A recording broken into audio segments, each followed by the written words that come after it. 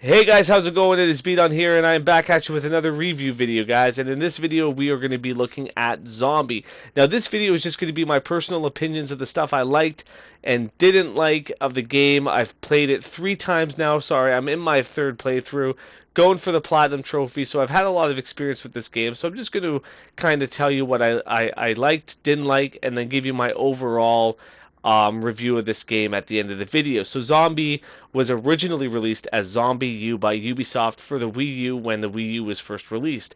It's recently been ported over to PlayStation 4, Xbox One, and PC, and was a free download for PlayStation Plus members a few months back. So I was able to get my hands on it for $0, and I've been able to play through it a few times. I'm working on the Platinum right now. So guys, let's get into what I like and don't like about this game. So the first thing, guys, I'm going to say about this game is there are a lot of glitches. Now, you guys just saw me trying to kill a zombie at the beginning of this video, and my cricket bat was just going through the zombie, and it took a while for me to finally get a connecting hit. Now, guys, there are a lot of glitches in this game. It wasn't a clean port, and there haven't been many updates made to the game.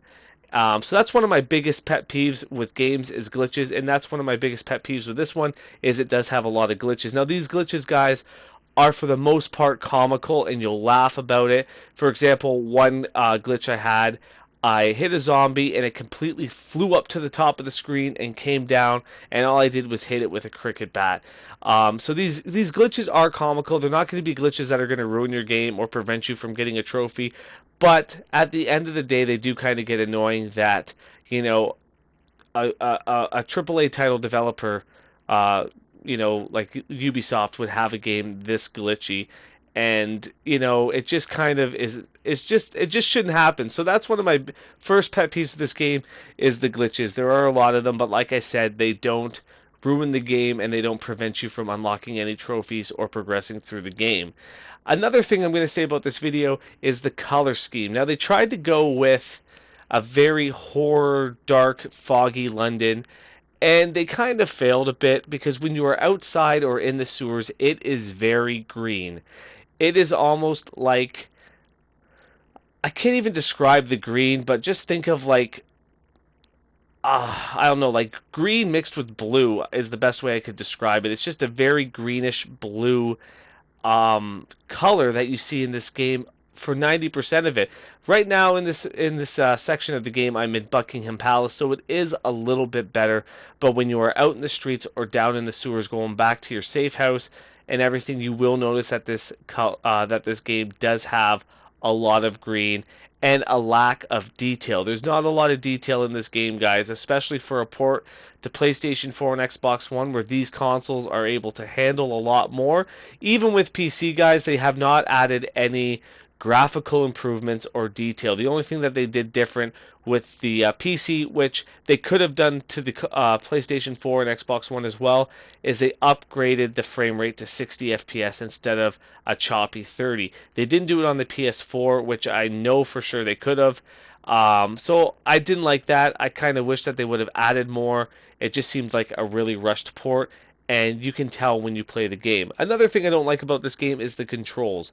The controls, once you get used to them, are going to be okay. You're going to accept them.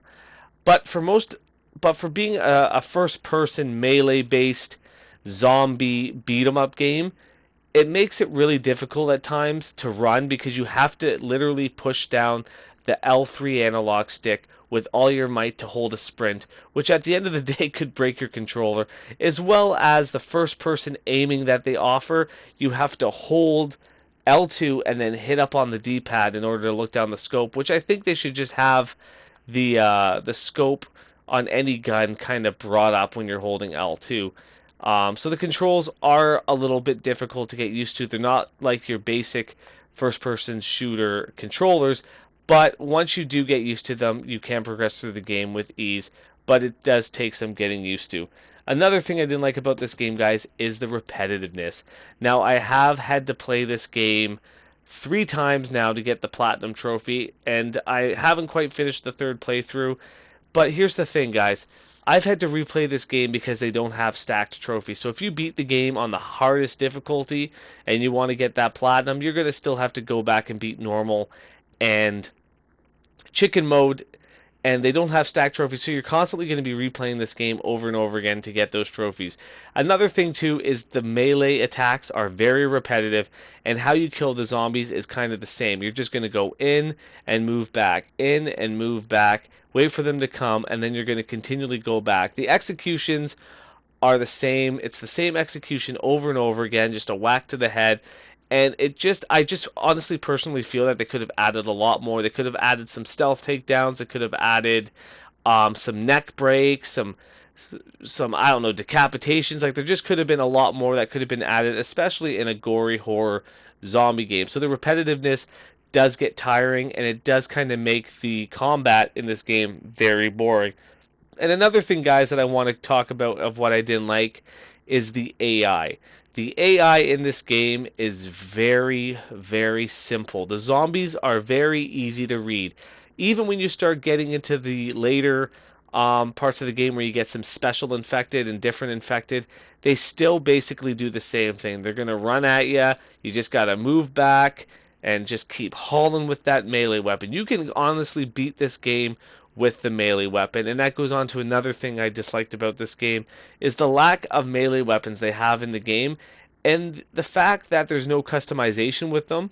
And I really did not notice a huge difference in damage inflicted on the zombies, which right here I have the cricket bat, which is what you start off with in the game.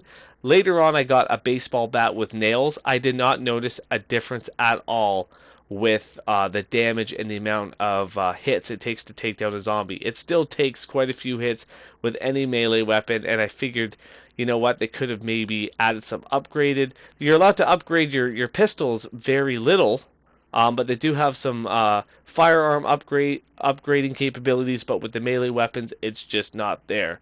So guys, that is just a little bit of what I didn't like, but there were some things in this game that I did like as well. The one thing that I liked about this game is the music. Now, even though the game doesn't have very good graphics, we all know that graphics aren't everything when it comes to a horror game. This game has scary music and high-pitched noises coming at you when you least expect it, making you think something's going to jump out at you, and it honestly does keep you on your feet. The music was very, very well done in this game, and I felt more afraid of the music than I did of the actual zombies. So if this music wasn't where it was, I don't think I would have been playing this game as much, nor enjoy it as much as I did. The next thing I did like about this game, and this is kind of a mediocre thing for me, okay? I loved the story, but I think there could have been more detail. Now, I don't want to go into the story to spoil it, but it did have a lot of potential, and I was interested in it. And after a while, I just kind of, at the end of the game, realized how much they left out and how much more they could have put into it. But the story does keep you intrigued, and it is pretty decent. And like I said, guys, for a free game, I wasn't expecting much, and I got a hell of a lot more than what I was expecting. Well, another thing I liked about this is, again, guys, it was free. This was a great free game to just run around and have fun with. If you guys were able to get it for free, I highly recommend you re-download it and play it. And if you find it for a cheap price on the PlayStation or Xbox market, definitely buy it. It's a great game. It's fun to play, despite the glitches and the weird, unorthodox controllers. It does have some points in the story, points in the gameplay that can be very enjoyable. One thing I loved about this game also, guys, is it is open map, and it does have a very good fast travel. So you are able to find collectibles and everything along the way. Earlier you guys saw me scan like that steel box in the corners. Those are the CCTV boxes which allow you to view your map. Those are collectibles. They are scattered throughout London, and it's easy to find them and get back to where you need to be with the fast travel system that they have in this game. The fast travel makes it a hell of a lot more enjoyable to get where you need to go, especially at the end of the day when you finished your mission and you need to rush back to that safe house. You can avoid all the alleyways and all the zombies and know that you have a 100% safe route back to your home base.